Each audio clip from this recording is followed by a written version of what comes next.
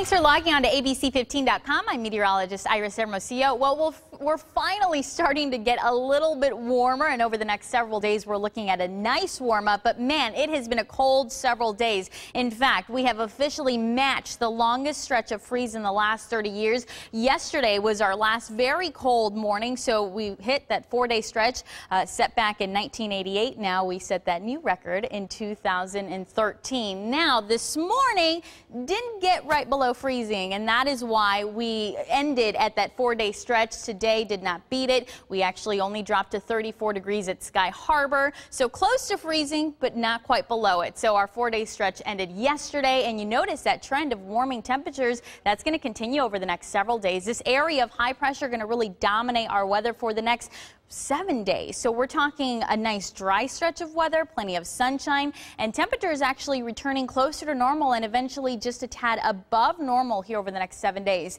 Today's highs across the state: 51 in Sedona, Flagstaff topping off at 36 degrees. Winslow also reaching 35 degrees, and Show Low topping out at 33 degrees. Tonight will be another cold one in some spots, although we don't have those freeze warnings in effect anymore here in the valley. 6 degrees in Winslow, -4 degrees for an overnight low. In Window Rock and Sedona will fall to 29 degrees. Now, as far as the valley goes, today's high temperatures in the low 60s in many spots. Now, as we head into tonight, what you're going to notice is that it's still going to be cold across the valley, but temperatures not going to be as close to freezing as they were over the last several nights. So that's why we're done with our freeze warnings. Although I will make note that a few spots may hover right around freezing. For example, Cave Creek going to drop to 32 degrees. So it might be a good idea to still keep those plants covered and those pipes covered at least through tonight before our warm-up really starts to kick in. Highs in the West Valley, upper 50s, low 60s, overnight lows in the mid-30s, with a few spots dropping just below freezing like Wickenburg and Buckeye, some of our outlying areas. Now,